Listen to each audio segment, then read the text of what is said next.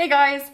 So today I thought it might be a little bit of fun to go through my MAC Empties. Now, in case you didn't realise, MAC have a recycling program where if you bring back 6 empty products, you get a free lipstick. It's called the Back to MAC program. So I've been collecting my MAC Empties for about 2 years and I have a bag of stuff. Now, would you believe that I actually have already brought back 18 products? I went to MAC over the weekend and I got 3 lipsticks, and it was only when I was handing the products over and I had walked out the store I was like, oh my god, I should have done an empties video on that. So luckily enough I've got quite a few more products to choose from, so I thought I would just go through them. Some of them are from like old limited edition collections and some of them are just products that I either didn't use up because I didn't like, and some of them are empties because I love them. So I thought it would be a bit of fun to go through it. Alright, what have we got in here? A little trip down memory lane.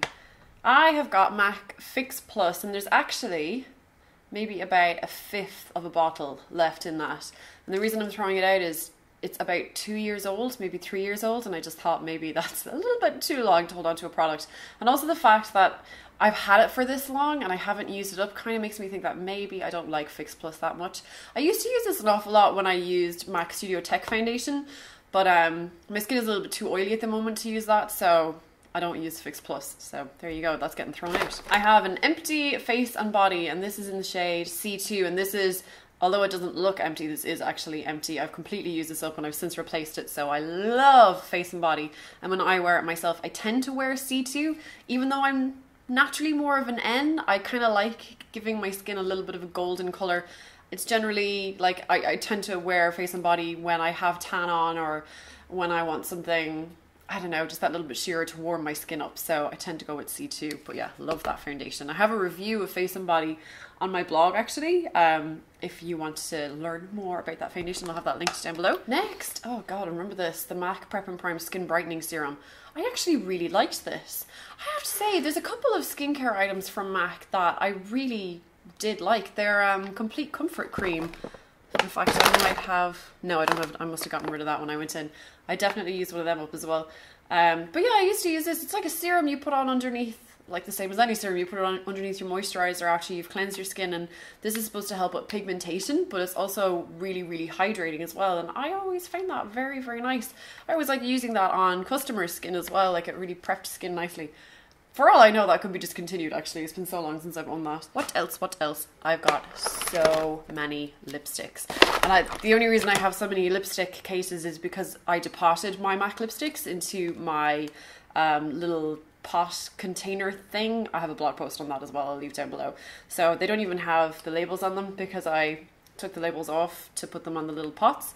So I have 1, 2, 3, 11, 12, 13, and this one 14. This one was part of the Surf collection, Surf Baby I think it was called. That was a nice collection, a summer collection from a couple of years ago. Nice packaging. I have got a super slick liquid eyeliner. This is in the color Signature Blue. I really, really, really like these eyeliners actually. In fact, funnily enough, I'm wearing one today. I'm wearing the grey one today.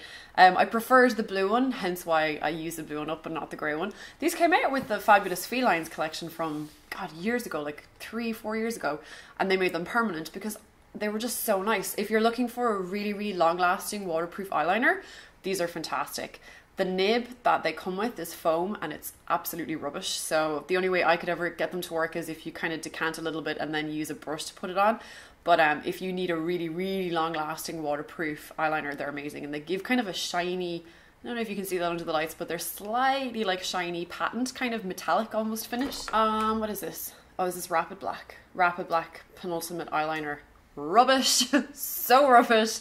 It's a liquid liner. It's one of the felt tip pens. I think this dried up after like a week.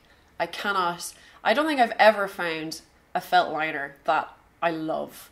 I haven't tried the Ico ones actually. That's on my list of ones to try, but everyone I've tried so far has dried up way too quickly and oh, they're just rubbish. MAC Splash Proof Lash. One of the worst waterproof mascaras in the whole history of the world. The only reason I got this is because I needed a waterproof mascara for bridal work. And I used to work for MAC, so you get gratis, so I thought I'd order this and try it out. And at the time, this was the only waterproof mascara. I think they've made a lot of their actual mascaras waterproof now, Their like normal range of mascaras are waterproof, but at the time this is the only one, and it was so bad. Oh, so spider leggy and wet and ugh, terrible. Skin Refine Zone.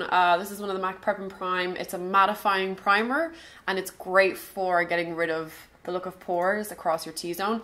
I have used this up and I've since repurchased it because I do actually use this a lot on brides or on clients that have got very textured kind of, you know that almost like orange peely skin where your pores are so open and you just want something to smooth them over just for the day, for when you've got your makeup on. This is fantastic for that, and it really, really helps to control oil. It's a little bit of a tricky product to work with because it's so matte. It's kind of, it can cake makeup on top of it, but if you kind of practice with it, you get the hang of it, and it's a really lovely product. And I think it's got salicylic acid in it too, so it's good if you're kind of prone to break it.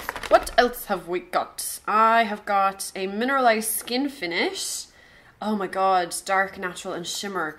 This was one of the Mineralize Skin Finishes that came out that was like 2/3 powder and then 1/3 shimmer. So you had like, you could have them as a bronzer and a highlighter, and I got the dark, natural, and shimmer, so obviously I use this as a bronzer. There's actually still a little bit of the powder left in this, but I haven't used it in years. Like this, I bought this when I lived in Boston, and that was like 6 years ago. So yeah, I think when products start to get to that age, you should probably just throw them out. So that's what I'm gonna do. I've got a Mineralize Skin Finish in medium. I go through these like nobody's business. I use them on just about all of my clients and on myself. And if you didn't realize, if you've never owned MAC or Mineralize Skin Finish, or maybe you've just purchased one, if you didn't realize, they're actually baked onto a terracotta plate. So when you hit pan, you don't actually hit pan. There's no metal. So we used to get a lot of customers coming in complaining that they couldn't get any product out of their powder anymore, not realizing that they'd actually hit the end of it. So when you start to see the ridges in the bottom of it, that means it's empty. I have another one of them in medium dark, which I like to use sometimes as a bronzer. So I also have hit terracotta pan on that. Next is a MAC Select Sheer Cover Up. I actually really like this concealer. This would have been the concealer I used before they brought out Pro Longwear concealer, so it's a similar kind of idea. It was really matte, really, really good coverage, great for under the eyes unless you've got a really dry kind of under eye area, but the coverage is really good, and I found it made my skin look really, really smooth. I must actually check that out again. I really liked that. Speaking of Pro Longwear, I've got an empty Pro Longwear concealer in NW20. You all know how much I love that. What are these? Big bounce shadows. I have 3 of these. This is in Luxury Touch. These were possibly the worst product that MAC ever brought out. They were so bad. They're like a, I don't know, do you remember these? They were kind of like a cream, but they weren't really a cream. They were like a liquidy, moussey gel, but they were impossible to blend. Like you would put it on and then try and blend it, and it would either disappear or just go patchy or cake. These were impossible to work with. And I was the product specialist on the counter at the time when these came out, so it was my job to make sure that we sold through on all of these collections, and I was product specialist at the time. And trying to sell through on this collection, it was like pulling teeth. There was just no amount of like enthusiasm could sell these products because they were just so shit.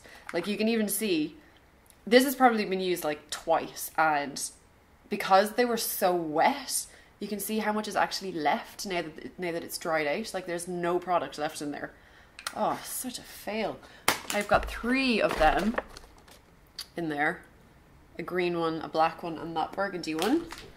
And then last but not least, I have got a lingering brow pencil. I actually have 2 of these on the go at the moment. Although I don't actually use this very often in videos anymore, I tend to use my Anastasia products. I do always keep a lingering and a spiked brow pencil in my kit because they're just fantastic brow pencils.